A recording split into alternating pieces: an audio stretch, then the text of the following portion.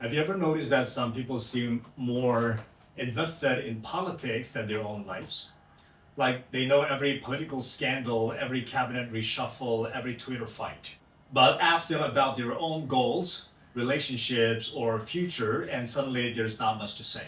Now, before people get angry in the comments, I'm not talking about being interested in politics. Politics affects all of us. I'm talking about obsession. When politics becomes your entire personality. And I think sometimes that obsession isn't really about politics. I think it's about something deeper. For some people, politics becomes a distraction from dealing with your own life. It's easier to spend 3 hours arguing with strangers online than having a difficult conversation with your family. It's easier to complain about your country's problem than face your own. And look, we've all done this at some point, right? Focusing on the problem out there can be easier than dealing with a problem in here. But that's just one reason. The second reason is that politics gives people a sense of importance. Think about it.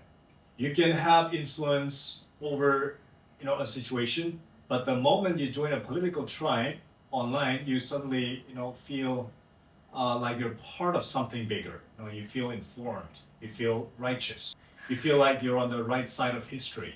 And that feeling can be addictive. Not because you're changing the world, but because it gives you a sense of value. Now, here's the third thing. For a lot of people, politics has become a substitute for their connection, for a real connection. Years ago, people found each other through community, right? Through neighbors, through churches, through sports clubs, through hobbies, local groups, etc. Today, a lot of that has disappeared, I think. So people find belongingness online, and politics gives them a tribe. People who argue with them, people who agree with them, people who validate them, people who makes them feel seen. The problem is that a political tribe isn't the same thing as genuine connection or genuine friendship. And I think social media made all of this much worse, especially problems like Twitter X, because Twitter X, is the perfect, I think, illusion for power. You post a hot take, you get likes, you win an argument, you dunk on somebody. For a moment, it feels like you've accomplished something, like you've moved the needle. But when you close the app, your actual life is exactly where you left it. And that's why I think some political obsession has less to do with politics and more to do with powerlessness. Not all of it, of course, but some of it. I think that's because people, feel powerless in their own lives.